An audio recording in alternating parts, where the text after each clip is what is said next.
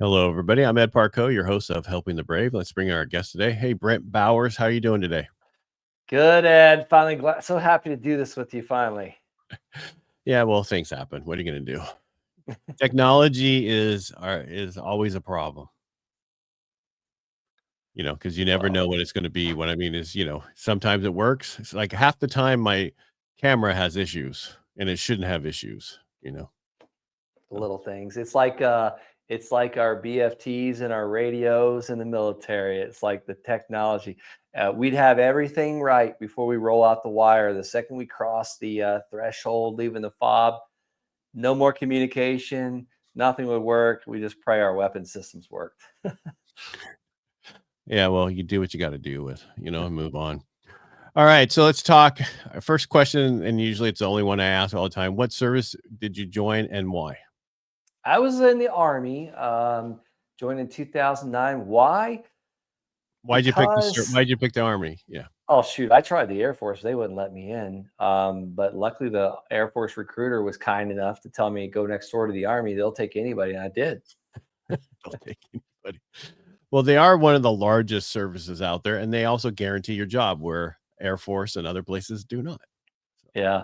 And why did I join the Army? Because I started in real estate in 2007. I tried to get in it since 2004, but I got in 2007, which is kind of terrible timing on my part. And I had a rough time, man. So I figured I need to go back to school and learn something new. And my wife's grandpa was like, "Oh, try and join the Air Force. You can go back to school with them, learn a new career. It doesn't have to be like this." And I said, "Okay." And I took his advice. It was the best thing I ever could have done. Yeah, I tell everybody join the military because you can get free schooling, free and sometimes yes, there are exceptions to the rule where somebody messes up or something happens to them, and unfortunately, these things happen. Yeah, What's the matter? Something that wrong was with a your great hat? time. You keep rubbing No, it. I see a big long white dog hair on it. This is show me off there. I think I got it though. Okay, just keep touching your hat, so I keep wanting to know what you're doing.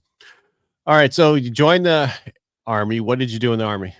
So what I did, I was a 25 uniform signal support specialist. So basically, I was in charge of making sure anything with electronic pulse worked: computers, radios, Blue Force trackers, uh, anything on a vehicle. I got the opportunity to do my first year in Afghanistan as a 25 uniform. Was home for a year, then did another 4 months. But I was with combat engineers, so we were in a route clearance package. And we would clear the routes, get the mines and the IEDs off the road. But combat engineers are they're the funnest group of guys you'll ever meet. Because they do crazy stuff. Yeah, they're just crazy. They're Because they have crazy. to be crazy to do that. Yeah, I mean, you're putting yourself right out there. All right, so you joined it. So you really joined it to go to school. And how long Yeah, were you in? I was in for exactly 8.5 years. Well, so you did 8 years, huh? So that was Yeah, 2 that was you re-upped for the second yeah. time? Yeah. So I did 4 years, and then I got selected for active duty green to gold because I wanted to be an officer. So I made it to an E5 sergeant, and I didn't like saluting officers, so I was like, I'm going to be one. And come to find out, I still had to salute them because I was still a lieutenant. But I went to school for 21 months, and I was going to online classes for about 4 years. And come to find out, and I won't say the university online that I went to, none of those credits transferred to the school I picked that I went to ROTC. But it was really cool. I got my E5 salary while I was a college student for 21 months, but I was taking like 8 classes at a time to catch up. Then left there and became a lieutenant, and I was in logistics. I was a quartermaster. Well, yeah, because I mean, they don't when I was in and I was a corpsman and I EMT and all this other physical therapy, and I got my bachelor's and master's while I was in. Actually, was working on got my first year done and then was working on my second year. And everybody's like, "You're gonna stay and be an officer," and I'm like, "No," because they're all line officers and they're all on the ship. I don't want to be on a ship. Yeah, I joined the Oh, Navy not to be on the ship. I went to a specialty school that was specifically not on a ship, which was physical therapy. And so, I mean, that's why I got out because I thought, I don't, because I would have liked to be an officer, but I don't want to go from the Navy to the air, a different service to have to do that. yeah. Yeah, that was interesting. I was with the Seabees for a while um, in Afghanistan. Cool bunch of guys, man. They're good at building stuff. That's for sure. All right, so you were in for 8 years. Why did you get out after, doing your time Yeah. as an officer? Because most people Yeah. put in another 12 years to get retirement. That was the plan. That was actually the plan until my first baby came out in 2016, right after I commissioned. And then I got told I was going on my third combat deployment. So I had to go and train. And I was just like, my wife was kind of like fed up at that point. I had been gone pretty much the first nine, well, almost a half of, I don't know, I was gone quite a bit. My son was about 1 year old by that point, and I'd only seen him for like 2 months. And she was just sick of it. And then we had a second baby on the way. So I didn't want history to repeat itself. I'd already had one woman leave on my second deployment. And I was like, well, here goes this one too. This time kids were involved. And I was like, I got to figure out something else. I just need to make like $4,500 a month. That way I have financial freedom. I can leave the military. I don't want to go and be gone for another 9 months or a year. So I started listening to podcasts just like this, and I was searching for answers. I had already had rental properties. I had already owned rental properties, but I could never have left my job. Hold on, before you go any further, how did you Mhm. get into owning rental properties? Yeah. So when I got my real estate license in 2007, I also bought a rental property. Like I literally made an offer on the first property that came across my desk, and I was like, and I got it. And I bought a rental property, and I always wanted to be in real estate. I was reading Donald Trump, The Art of the Book. I'm Part of the sorry, The deal. Art of the Deal books in middle school. So I always wanted to be somebody. I wanted to be wealthy. I wanted to create things. I loved real estate. So I was like, oh, rentals is the way to go. But I wasn't making any money. I was actually, if I would have left my army job, I would have lost all those rental properties. That's because you couldn't pay the difference between the rents and what you were making the mortgage payments on those. Did they You finally got it. eventually, pencil, or did you have to finally sell them? Not really. Yeah, I'm in the process of, I ended up having almost 20 houses at one time. I'm in the process of selling. I've got six left to sell. But they didn't really pencil. No, I mean, even though like I was getting a couple $100 a month net, the thing is something always will break on a rental house, like whether the septic system, the roof leaks, the refrigerator goes out, or they go vacant, or you got to evict somebody. I was pretty much not profitable on most of them. But then I found another asset in real estate, and I started making money immediately. Right, and we haven't got there about your land business Yeah, yet. Yeah. yeah. Alright, so I just I because I wanted people to understand that. So when you were in the real estate, then you went in the military, and then the positive thing being in the military is the fact that you could buy property with your VA loan with no money Oh down, yeah, and then turn that into a rental property, and then do it again wherever you transfer. And a lot of people don't realize that you can actually own multiple houses with your VA loan. yeah. Oh my gosh, you're so right. And there's no cap. I'm looking at a $1.9 million parcel right now, with a house on it in a 7,000 square foot warehouse. But here's my problem, and maybe you know the answer to this. I can either sell my house I'm in right now, it's across the street from me, and buy it with zero down with my VA loan. But I can also get it if I come up with, I think, like it's a certain Yeah, multiplier. So I'm well going to come up with like 400K. well, so what happens is they look at you have a loan right now, a VA loan on the house you have. So you have 2 choices. You can refinance. You don't have to sell the house here. You can refinance that loan out of the VA into a conventional, the one Okay. you're in right now, and then that would release all of your VA loan. Oh, okay. Yeah, And that then sucked though. I have a 2% interest rate though. Like that would what's more suck. important, yeah, but I'm sorry, but that's I mean, but you have to look at the numbers. Do you wanna Yeah, sell it and not have that house because you're gonna live across the street? Because here's what you could do, refinance it shortly, right? And then buy the other house, get everything set up, get over there, and then sell the house in 8 months later, and yeah. you're only paying the difference of that little bit of interest rate for that period of time. Yeah, that's amazing. That's amazing. Yeah, because I never planned, it's there's so many things you can do, like the VA loan that we have, and so many veterans don't even use it. They Because don't they even use it. 'Cause it's only been good for in the last 2 years. What I mean by that is Mm, with the Blue Water Act, that came out that helped Vietnam vets because of this water thing. I don't want to get into all that, but it actually then they added in all this benefits from the VA loan, where now you can go up to 2.5 million with no money down. But it still goes off of, like, if you own a home and then you're going to buy the next one, you have to figure the factor. There's a factor you have to figure out what, if you're buying the second house, how much is left on your first that you used on your first house and what that factor difference is in order to buy. But if you refinance that house, you get all of your benefit back, and then you can buy the other house with about $400,000 down. It's better, Beautiful. $400,000 down or $1,500 maybe more a month. The latter. The latter. See, and Wow, I that's a always good say I point. call those low interest rates abusive relationships We because stick with them even though we don't want to. they're not, there's stuff we want to do, but we're comfortable. We're going to stay in it because we know this relationship, which we know we need to get out of it to do something better for ourselves, a better life, but we're so comfortable and we don't want to take that risk. People stay in those. That's why they're abusive relationships. And That's such a good point. I coined them that 2 years ago because everybody's like, oh, I don't want to move in this. You're limiting, you have 4 kids and you're in a 2-bedroom, 1-bath house now. And your kids are piled into 2 room. You know, I mean, it's you want to stay in this house because you don't want to pay $800 more a month. But what is that doing to you and your family by sticking with that house instead of getting the house you really need? And then with VA, what's great about VA is you can always refinance through an EARL, which is the interest rate reduction loan, which means that, one, you already got the house, you already got the loan, you don't have to requalify for it. No income's put on there. The only thing they do is the rating of your current loan that you've been on time for the last 12 months. They look at the FICO score, but it doesn't really, I mean, as long as it's over 640, who cares?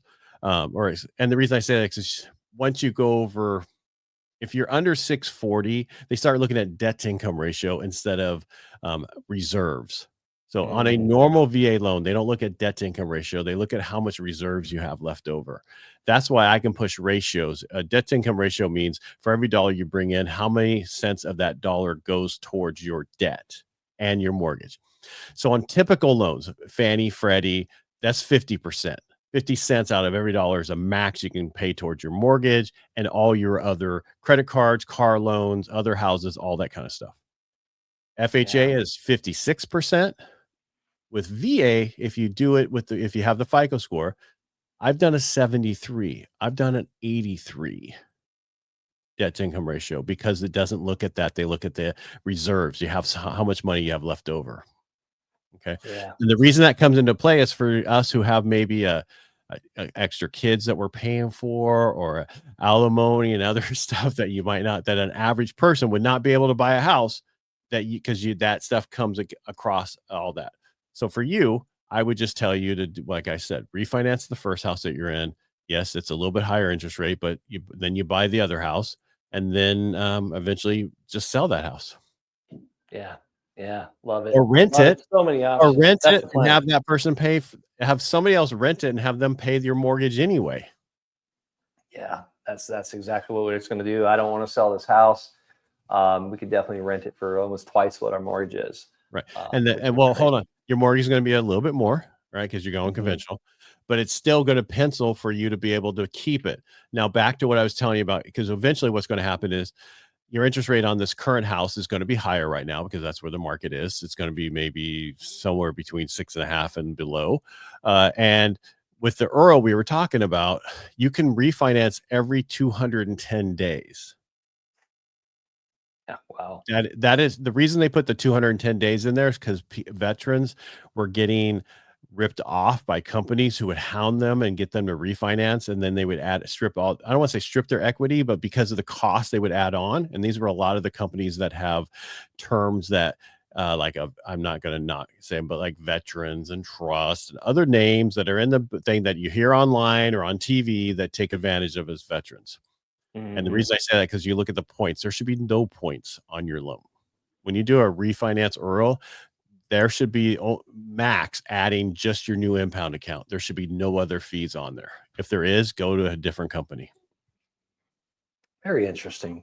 Look at that. I'm sorry, this was Look at supposed to be a show about you, but I guess I was No, fixing your stuff. All right, back I to the hope.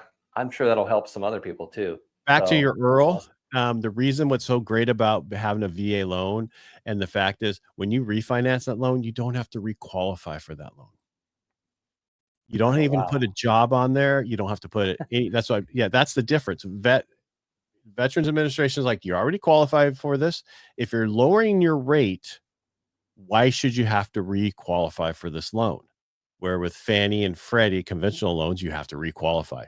FHA, you Yeah. have to requalify. VA, you do not. The only time you have to requalify is if you're taking cash out. Yeah.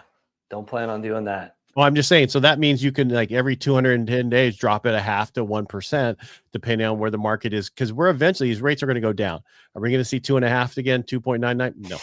But we'll see high threes, low fours, which is the average that we're going to Yeah. see. So Yeah. I love it, man. yeah, just next time, just pick up the phone, call me. Yes. I love it. I will. I Well, will. I mean, whoever your loan person is, they should have told you to do this. I'm Yeah. sorry, We or didn't. maybe you We should had have asked. about We had about 3 minutes to talk. He's in our land sharks, and I was like, "I gotta go." He might have told me about it, but he's never mentioned it before. But that's I I've never always heard that, so that's what amazing. to do which The what? I the Earl, Oh, the really? Earl. Yeah, Yeah, that's the no. It's been around forever. It's been around since that's like the awesome. early '80s or before that. It's been around forever. So, I'm sure so many people learned something new today. So heck yeah. well, last thing I would say is a lot of people hear that you can buy a property with a veteran and another person who's not a veteran. So, true VA loan is either a veteran and their spouse or two veterans. There is a program that you can buy with a veteran and somebody who is not a veteran, but the problem is they split it down the middle, the loan amount basically, and say, okay, on this half of it, there's no down payment. On this half of it, it's 12.5% down. Okay, Wow. that makes no sense at all to do that loan. If you're gonna, you might as well do an FHA loan. Well, I mean, I'm circling back to what you had already mentioned. And I'm sure anybody listening to this, if you have a VA loan, you can buy so many properties Mhm. without a down payment. So what you're telling me is I want to put this in my like layman terms, and I also want to say it because it kind of solidifies it in my mind. I can go and refinance the house I'm already in right now, and I buy this property across the street now with my VA loan because I just released my benefit to go full throttle for 1.9 million. And oh, by the way, there's a 7,000 square foot warehouse on this 20 acres that I could get like 8,000 a month on, and I'll have another property with no down payment, is what I'm hearing you say. Right. Now, It's incredible. there could be, just bear with me here, Mhm. somebody who goes, okay, that 5,000 square foot thing is a commercial building. Mm. All right. So you have to make sure that you figure that out It's a before you barn. right, It's a barn. exactly. It's a barn. Shop, But the shop. Like there we go. it's for It's my my classic shop. cars. Yeah, That's you just right. have in the past, there has been times where you have a small house and this huge barn, right? Or shop, right? It's a really like a commercial building, and then it doesn't make sense. It's FHA's had that. But as long as the house is a decent sized house Hmm. and it's pretty close to, then you should be fine. Yeah, And it's then about 4,000 square foot house. I think it's like oh, then 3,900 or how so. big's the barn or whatever? 7,000 square foot Yeah, well, shop. you should be fine. Yeah, it's a shop. I love it. And And what's to crazy is get I'm in rid the of land any business. right, but get rid of any potential like I deal a lot with acreage that have almonds on it. Okay. Mm, And you have to be careful because that could be, and you can have a hobby farm, but technically, there are a lot of times with those types of acreage, they're leased to somebody. And then yeah, if they're leased to somebody, then somebody records a lease against the property. And then now it is an income producing property. So you have to get rid of that lease before you do any of this. got you. So no, don't let them record a lease. Yeah. Um, Because I had yeah, one where I man. helped somebody and then they took that lease off as a purchase and they worked out a handshake agreement going forward. So that way, when he wanted to refinance, he could, and we Yeah, wouldn't have to go through. interesting. Yeah. Yeah, And I mean, that's then no powerful. farm and if you have insurance, do not get insurance that says farm insurance. Just get it to say regular insurance. Got you. And what's incredible is like I'm in the land business, so we refine. I'm sorry, we subdivide land. I could build 40 houses on this land. Not that I want to do that, but that could be my retirement. 30 years from now. But back to the land stuff. This is No, but crazy. you have This is kids, nuts. right? I have 3 kids. Yeah, well, you could build them a house on each one of this, and they all could live close, and you could have them all on the same land. That's true. Yeah, Because have our eventually, own when little they grow condo. up, how expensive are the homes going to be to where they will not be able to afford those homes? But if you have the land and you can build them on that land with you, maybe not everybody wants to live together at the time, but at least they have the opportunity to. That's right. That's what my parents are doing right now with their land. They're building my sister's building a house on their property right now. So, well, they're in plans. So that's incredible. Yeah. So back to what so you found a way to buy land inexpensively a while Yeah. back, and that's how you got into the land business. The only reason I know those people is because I had him on my radio show, Real Estate Jerky, and we talked about his business, Land Sharks.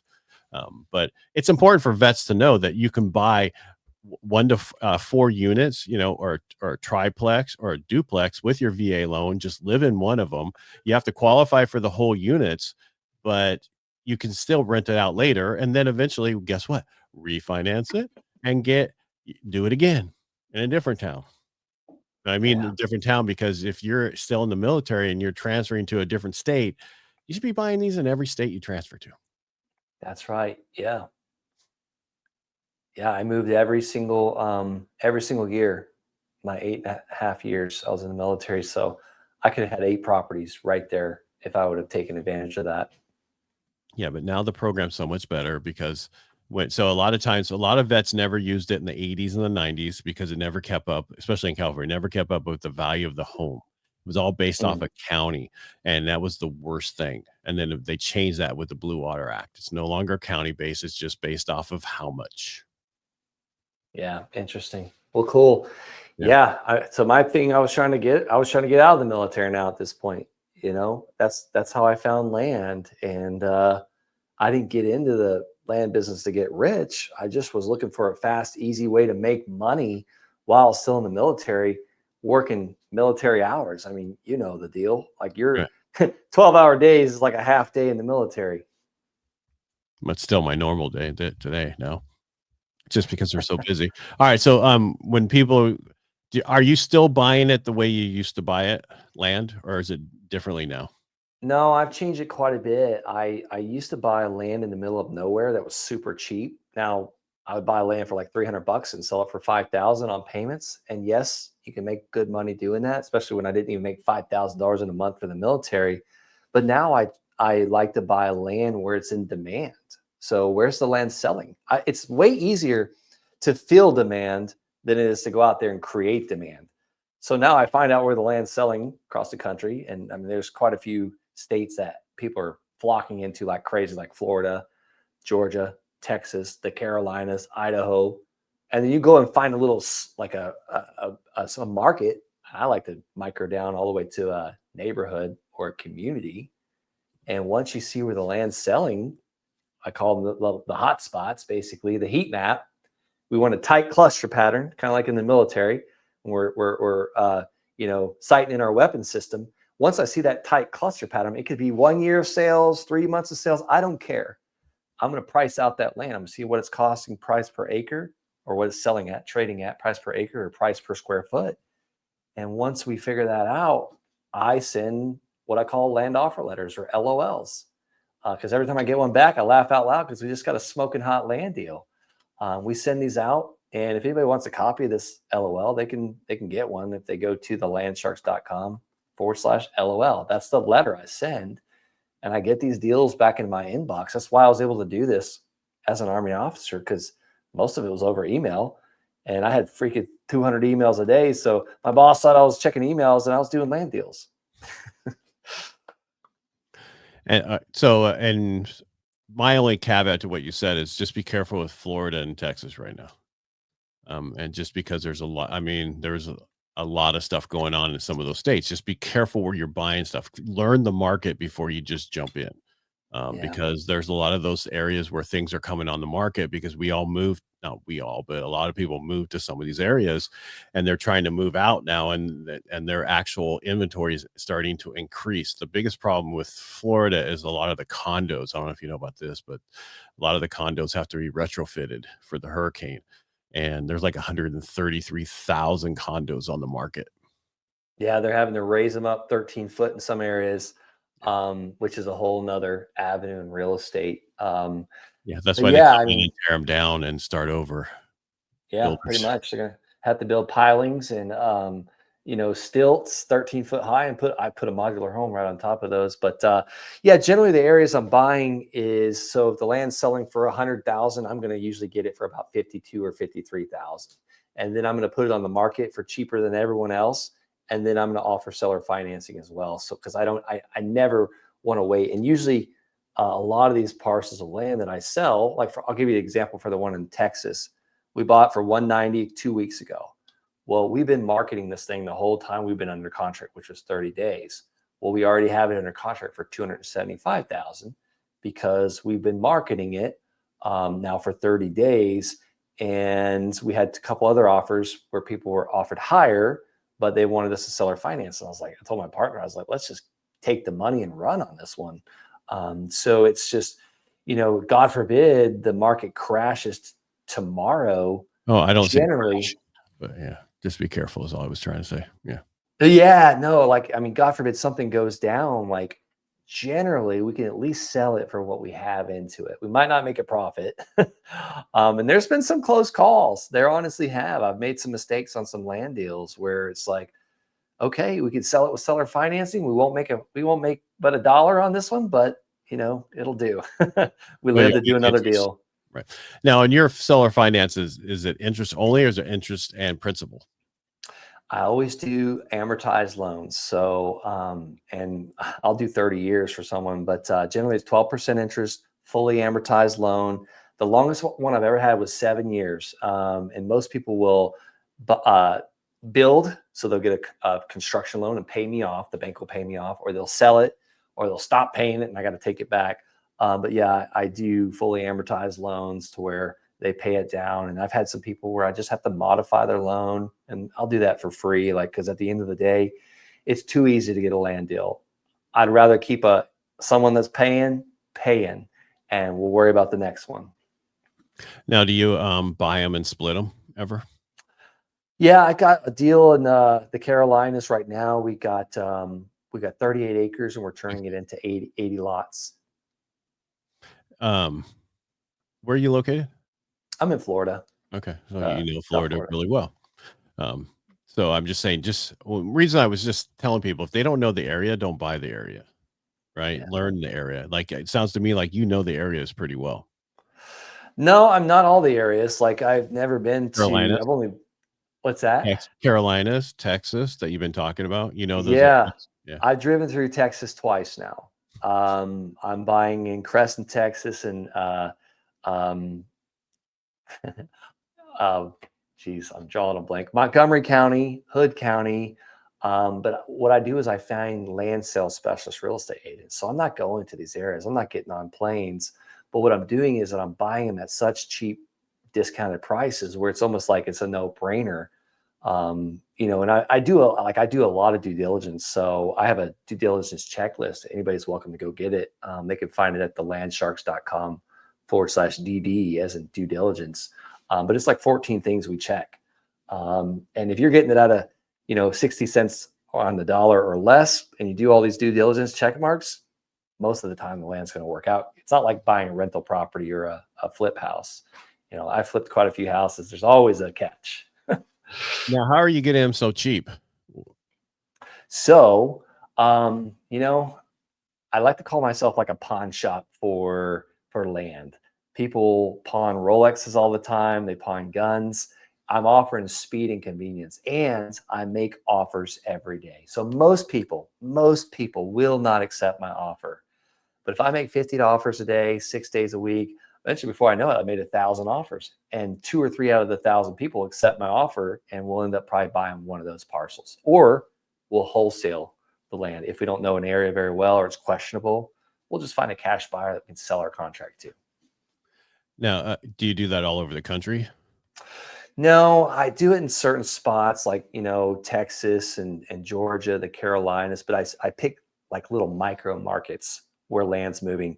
I'm really only in like six different areas. And I remail those people every 12 weeks. Now, sometimes people hear me on a podcast like this and be like, Brent, I got this deal in Georgia and I'm not in that area, but I'll look at the deal. Like we just bought one for $5,000. We sold it for 15,000. It took us 3 months to sell it, but guess who bought it? The neighbor. Like, so I forgot one of my processes because I was like, oh, it's 5,000. It's a no brainer. We're going to 3X our money. Well, the realtor sold it to the neighbor. And usually we send out what's called neighbor letters because I've never met a landowner that didn't want to own the land next door to him or Right. her. Yeah, I can see that because I know people who are farmers here in California. They're always looking to buy the plot next door to add on to Oh, their yeah. farm and add on and Yeah. add on. Yeah, over time. Yep. So, any big changes going forward that you guys? So, if somebody has questions. Let's just go that route. If somebody has questions, want to get involved with this, they can find you. Don't you do education also? Yeah, I coach a few people. We take on a very small amount of people. I'll take one or two people a month. But yeah, then go to thelandsharks.com. Hit me up on any of the social media as well. Usually I'm under Brent L. Bowers. Love to help someone get started. This changed my life. I didn't realize I'd have the time freedom and the financial freedom and the geography freedom that we have by being a land investor. Have you thought about doing it out of country? That's so funny. So Belize, I started looking into Belize 10 years ago before anybody knew about it. And I'm kicking myself for not doing it. I have a partner and we bought 137 parcels of land together. My partner has pretty much moved to Belize and he was on the outskirts. The path of progress is already going through and he's only been there like a year and a half. So yes, I love Costa Rica, but I'm nervous, man. I'm nervous. Like there's so much opportunity in the United States, so much opportunity. So no time. I'm not planning the next year to buy anything, but we love Costa Rica. I'm kicking myself for not buying in Belize. There's so many opportunities. So I don't know is the answer. What about Puerto Rico? That's a hidden gem. I would definitely buy in Puerto Rico. Yeah, the reason I say that is because people don't understand if you can live there 50% of the time, your tax rate in the States drops drastically. I need that, man. I'm buying rental properties like industrial, light industrial, to save money on taxes Yeah. because No, yeah. we don't have tax shelters for land. Yeah. That's why I was talking to a guy on one of the podcasts and they they spend half their time in Puerto Rico and their company is an online company, e-commerce. And he was saying it's like the 4% tax rate or some ridiculous thing if you can live there half the time. Look into that because the biggest problem about Puerto Rico is the power goes out. So like he said, we have a house, but we have generators, you know? Yeah. Dude, yeah. I mean, I got a 10,000 kilowatt generator. It runs my two campers, so that's nothing. I was thinking about where I'm going to go this summer and bring the kids.